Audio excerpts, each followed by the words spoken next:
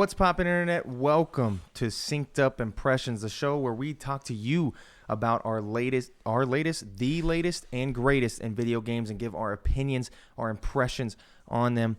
Today we're going to be talking about Little Nightmares 2. It just dropped today on this fine Thursday. I've finished the entire game, and I'm going to be giving my overall thoughts on that today. Joining me on this special episode isn't Mike, obviously, on the camera. I'm sitting here. I'm alone. I'm by myself. I'm in the center of the table. It feels a little bit weird.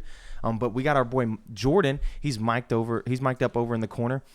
He's behind the camera, and he's going to be asking me questions, talking to us as well about this game. You watched me play a little bit last night. And I played about 45 minutes. It was really late. Yeah. We were tired, but we played a little bit last night. You read the synopses to both of them. I did do that. I did cheat a little bit. I'm never gonna play the games, so I figured it'd be useful to get an idea of what I was watching. Mm-hmm. The plots seemed nice from what I read. They kind of build together well. Yeah. And watching it, you can see the effects. You can see the way the plot continues. So I think it's a good game so far. Before we talk about the game, though, a little bit of housekeeping for you. If you like this content, you like this video, maybe consider going and watching the regular podcast that we do every week, Monday, 7 a.m. Central Time Zone. Gang, here in this exact YouTube feed, or you can look up Synced Up Podcast in your favorite audio feed, and it'll be there. And also, you should consider following us on Twitter at synceduppod to stay up to date with all of our videos, content, stuff coming in the future. We got a lot of stuff coming down the pipeline, a lot of exciting stuff that I can't wait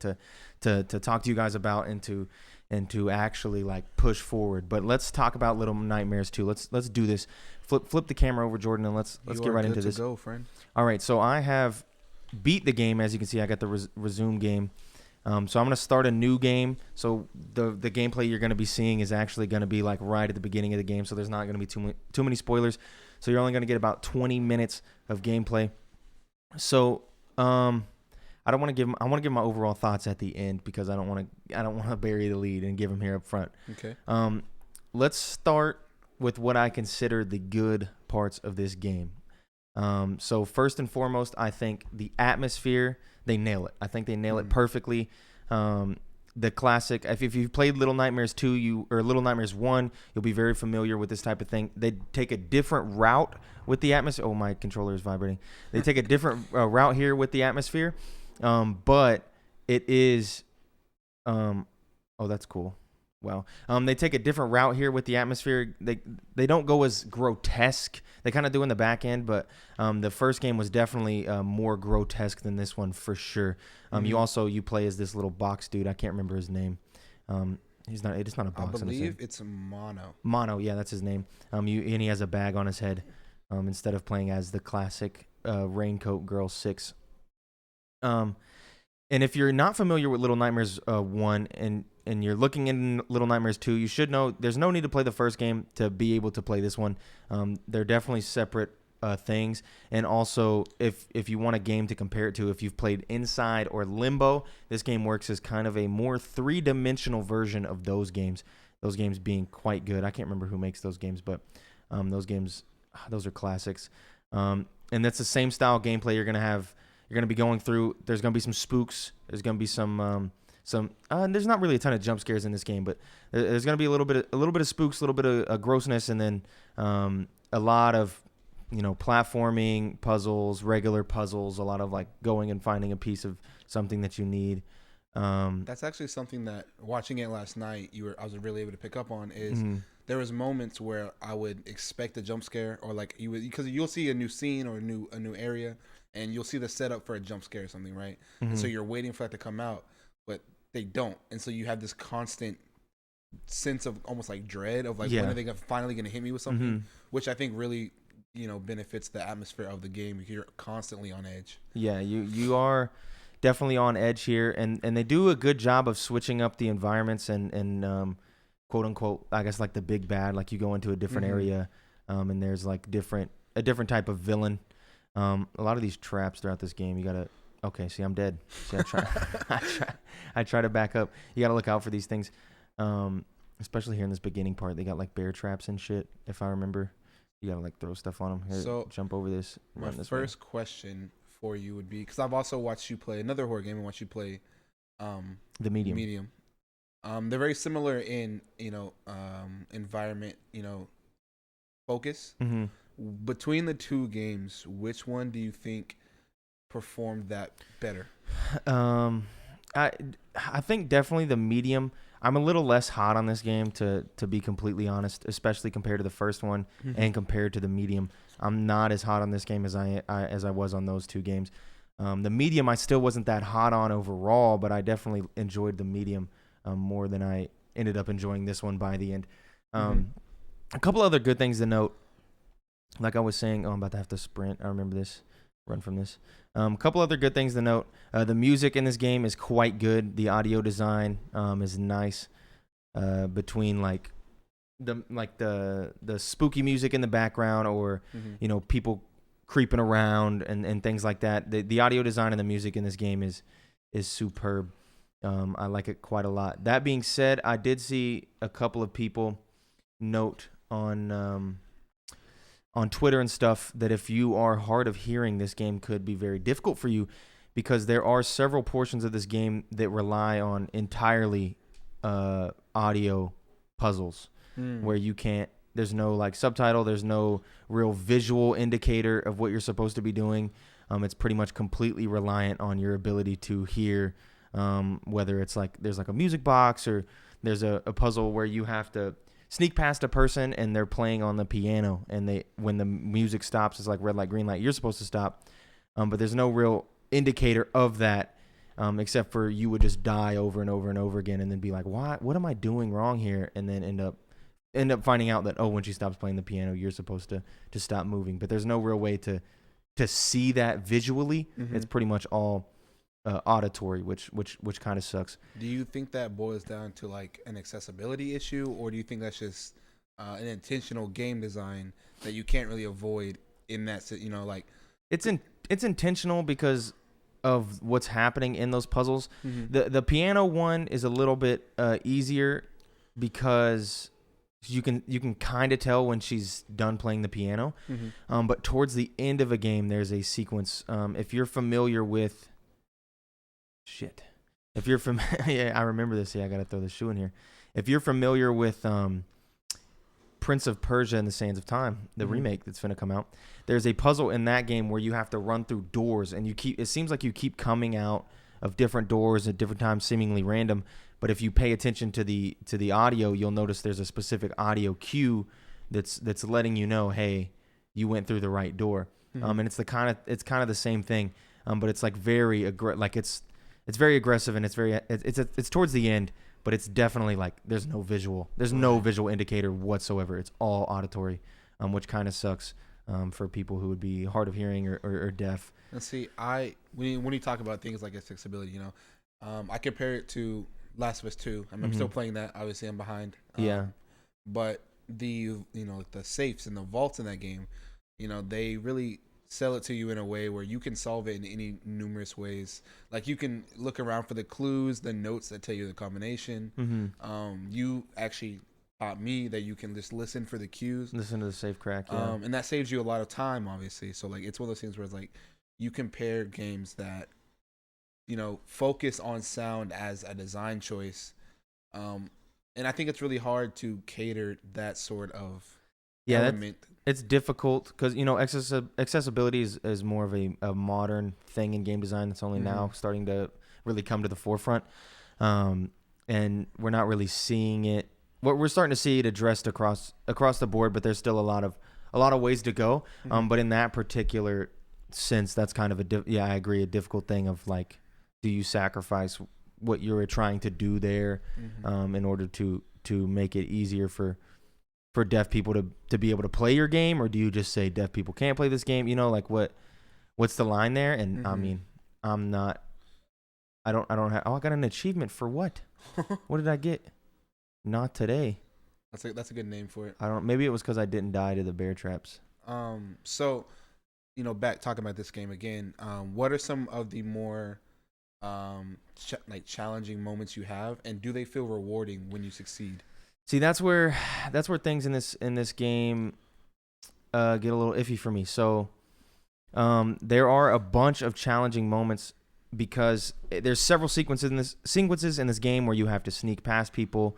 You're actually about to see one of those sequences coming up really soon, where you have to sneak past a monster, a person, or whatever it is, and you have to do some sort of environmental puzzle or some sort of puzzle solving in order to get past them. If I remember, I got to grab a hammer or something. I can't remember.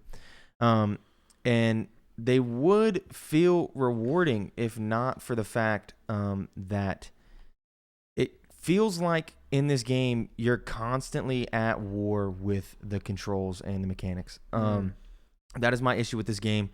One of my major issues with this game is a lot of the time it's so difficult to do something, not because of anything that you did, but simply because you're fighting the game. The nature of the 3D-ness, like when you compare it to Limbo and Inside, because this one's more 3D, you miss a lot of jumps simply because the camera angle. You miss a lot of things like that. You mess up a jump, you accidentally run into the corner of the wall during a chase sequence, and that causes you to lose. The chase sequences in this game extremely unforgiving. Like if you aren't picture perfect with it, you're pretty much gonna get got, and you'll have to go right back to the beginning, and it gets quite annoying. That's a problem you ran into with the medium as well. Like I'm having it right now. I can't where get the camera angle would, cause your downfall on something that shouldn't have been a failure. And that was more because the camera angle in the medium is more fixed. This one's a lot more. This one's fluid, like completely. You have very limited control, as you can see. I can kind of look around, and then in certain sections, I have like right here. See, I get a bit more control with the camera, but even still. You're still very guided in what you can do. Yeah, you're still battling. You're still battling the camera angles a lot of times, especially during like certain platforming sequences. You climb up really high onto a thing, you end up jumping to get to the next piece, and you fall down a whole bunch because you ended up just missing the jump simply because the camera angle was a little iffy. So I have another question for you here, because we're pretty decent. We're getting into the story now of the game. Do you think that this game does a good job of explaining to you what's happening? Because if you watch the beginning of this, you know what I'm saying, like you were a good 15 minutes into the video already, and they've given you nothing. No exposition, no dialogue, no. The story is very much weird and not in your face. It's not like there are a couple of cutscenes, but it's not really communicating a whole lot. And by the end of the story, I knew exactly what was going on, but it's still like weird, it's not anything normal. It's all. Would you chalk that up to a narrative choice, or do you think that was a narrative flaw? It's definitely a narrative choice, and it doesn't work for me specifically. Especially after playing the first game. That's one of my main things is I think if you've played the first game, this game is not going to be as good. Okay. Simply because it feels very samey. Not extremely iterative on the atmosphere and the vibe of the first game. Like it's definitely, like I was saying, gross in a different way, but it's still like it's not, too different to be able to enjoy it. And I told everyone in the group chat today, I was like, hey, this game, if you played the first one, I don't think I would recommend this game, but if you haven't played the first one, I would say just play this game, because I think this one is better than the first game, but if you've played that first one, it's just not going to hit. It's not going to hit as hard. At least that's how it was for me. A couple of other good things about this game. The design, like of the levels, is really good and cool. They do very unique things with how to solve puzzles, like you're seeing right here. This key's going to fall down. Dope. And the design of all the different areas is really nice. And I also think another like really high point of this game is you have this companion character. Obviously, if you've played any video game ever, your companion character, you lose them occasionally and you got to get them back and yada, yada, yada. But this companion character's AI is very, very good. The design is good.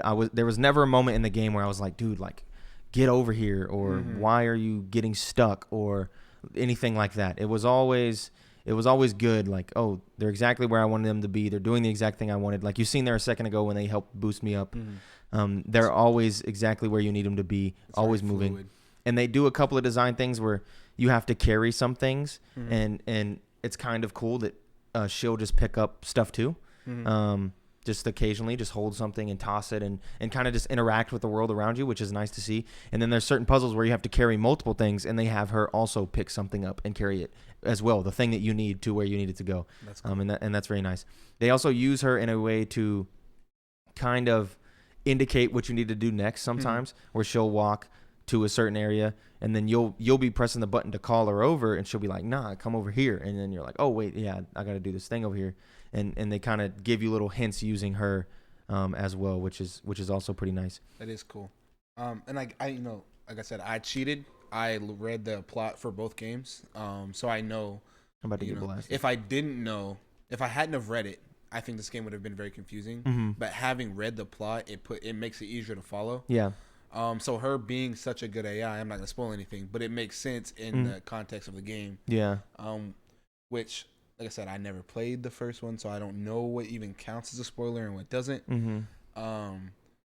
But it's nice when you have AI that feel truly cooperative, because you'll play a game like, even Inquisition and your dude's constantly standing in your exactly, way, dude. Or you play Wildlands and you'll be in a fight, thought your homies were behind you, and they're off breaking your stealth somewhere else. Yeah. So it's very nice to see the companionship in games is getting better and better as time goes on. Mm-hmm. Some of them almost feel like you're playing a co-op game, which is what you would want. You want those AI to be able to perform at the same level. Yeah. So that you're not losing out on an experience playing single player. Yeah. Another issue, like you're getting a little chase sequence here. Mm-hmm. Another issues that I have is a lot of times during the I just died. Oh. Wow.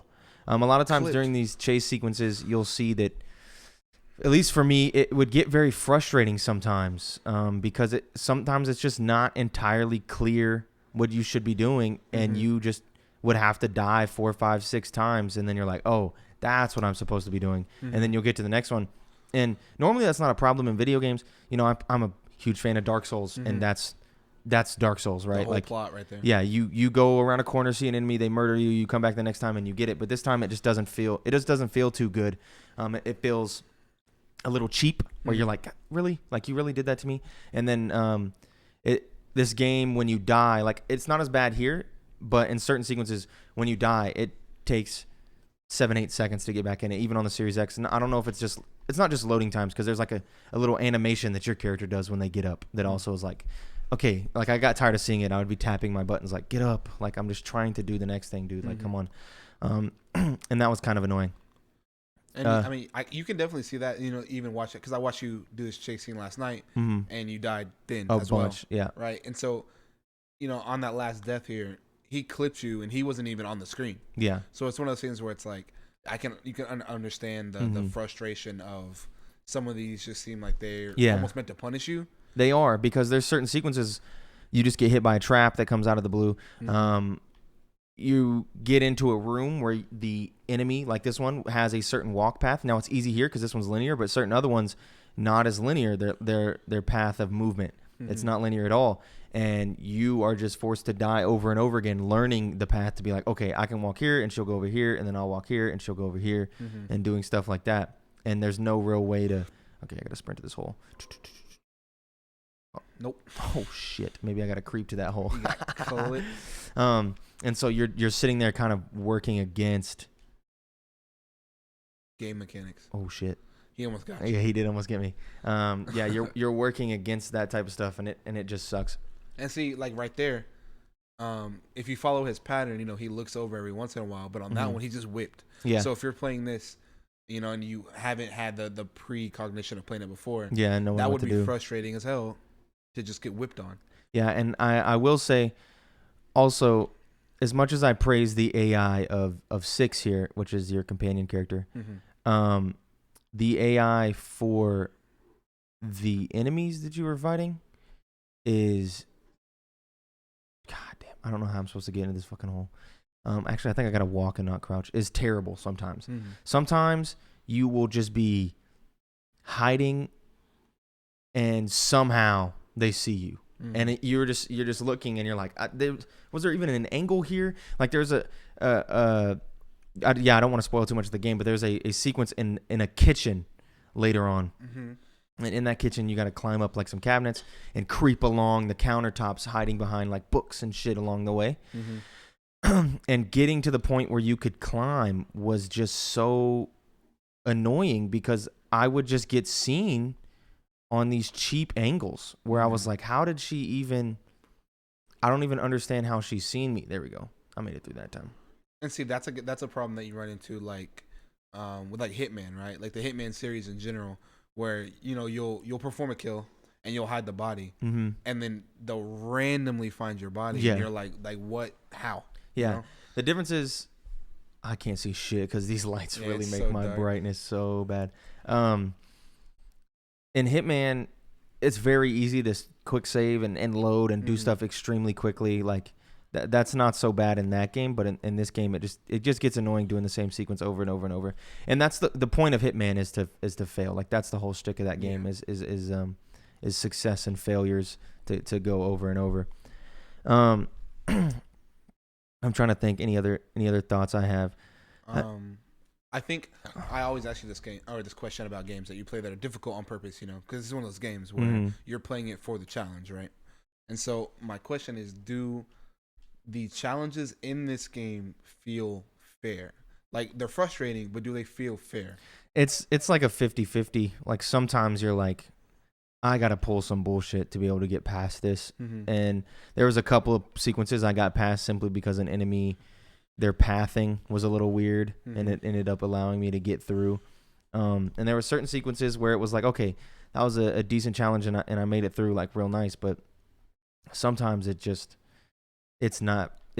not fair at all. You're just like, really? Like how? Oh, fuck, I got clipped again. Like there. No, that was just on me because I was crouching. So it's one of those things where, like, do you think that those moments of unfairness, because some people, they'll defend those until they die, where they're like, that's part of the game. That's what you're signing up for. But do you think that it detracts from the game experience?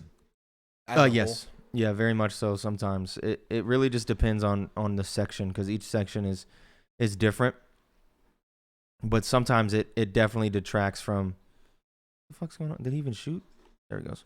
It definitely detracts from the experience, and I found that a lot of times. One of the major emotions I was feeling at any given time was just annoyance of like, really, like, how did I die there? How did I get clipped here? How did I miss that jump? My point exactly. Okay, I can understand. Like, see, that was nothing on me. I was full sprinting. I was doing do? exactly what I was supposed to be doing, and I just got clipped through the floor. Where most of the time, the couple of times I did this before, he didn't even shoot in that area. He shot in a completely different area. Like, see, he didn't even shoot over here, and somehow, like that first time, he just decided to shoot specifically exactly where I was standing, and I died. Drop down. I do like the linearness of this game, watching the environments progress as you just continue without like really no loading screens or any crazy, like you just go from area to area, like everything progresses. That's really nice. I enjoy that. I do really like the character design. Like even your main characters, right? Like Mono and Six, they have that sort of creepy aspect to them. That, like why is he wearing a bag over his head? Yeah, you know what I'm saying? It's a lot of unanswered questions, which I like. But again, like I was saying earlier, it feels too similar to Little Nightmares 1 that it just didn't work for me like it did in Little Nightmares 1. I love Little Nightmares 1. I think that game is great. But Little Nightmares 2, not so big on, simply because it doesn't feel iterative enough. So that vibe doesn't. Oh shit! I'm kicking wires over here. See, for me personally, like I said, I would have read the plot even if I did play this game, because I'm not a person who enjoys those unanswered questions. Yeah. So for me, I'm playing this game and I know nothing about what's happening. It's hard for me to get into it because if I can't follow the story, or if I don't feel like I understand the story, it's hard for me to relate to the story. Yeah. And I know a lot of people aren't like that, and that's just a me thing. So for me, I'm saying if you're one of those people who has a lot of questions about games and likes when everything is answered, or at least everything is available to be answered. Yeah, it kind of is, but it still stays very vague. Like the story itself, like you understand what's going on. It's not necessarily confusion, more bewilderment of like, this is a weird world, and you don't like get any insight into. Hold up.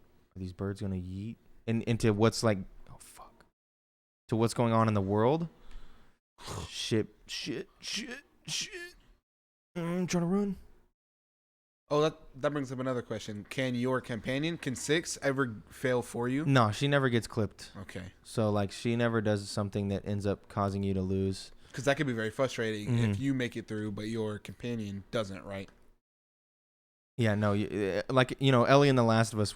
That was one of the constant things of you were constantly fighting that AI, and the AI was quite good at the time, but a lot of times it was like, got his ass.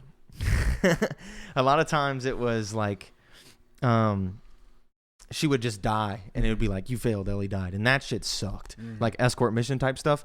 6 never has that, and they do a good job with the AI of making it believable, where you're like, oh, she is hiding. She's doing this. That makes sense. There was only a couple of times where she would be out in the open where I'd be like, oh, she's going to get seen. But because the game isn't designed to her being a fail state, nothing ever happened, and she would just creep up to the next hiding spot. I think that's a good decision. Yeah, 100%. Because having that companion that can fail adds another layer of challenge to it. But at the same time, like I said, you're constantly battling the system. So sometimes there's nothing you can do about that. Yeah. Right? So, we're getting ready to stop here. I don't want to get into the next area past this. I don't want to really spoil what's going on there. But I will say, ultimately, at the end of the day, my final verdict, I think I gave this game a 6 to 6.5 out of 10. But I think if you haven't played the first game, this game bumps itself up to like a 7.5 to an 8 out of 10. Because the majority of the problems I had were because of me playing the last game and it just not feeling different enough. You do fight the controls a lot and things like that, but those don't detract a whole lot, but they do a decent amount. You can take us back to the main. I did. Okay, right. Take us back to the wide. So ultimately, I don't know if I would recommend this game to everyone. I would recommend it to I got some hats. Where'd I get this hat? Okay. I would recommend it to a decent amount of people, but it just depends. Like if you played the first one, I told everyone in the group chat, I think you should skip the second one. I don't think it's too worth it, especially at $30, being 4 hours to 5 hours long and not feeling that great. Like the entire time I just wanted to be playing Inquisition because I'm playing through that right now. But if you haven't played the first one, this could be worth your time, definitely, because you wouldn't be familiar with the atmosphere from the first one and not familiar, and you don't need the first one's story. 6 is obviously in the first game. She's the protagonist of the first game, but knowing what happens there, not important at all to the story of this game, in my opinion. I don't think it's that crazy important. So yeah, my final verdict is skip if you played the first one. If you haven't played the first one, definitely worth your time probably. But you're constantly battling the mechanics and there's a little bit of annoyances. But the puzzles can be cool.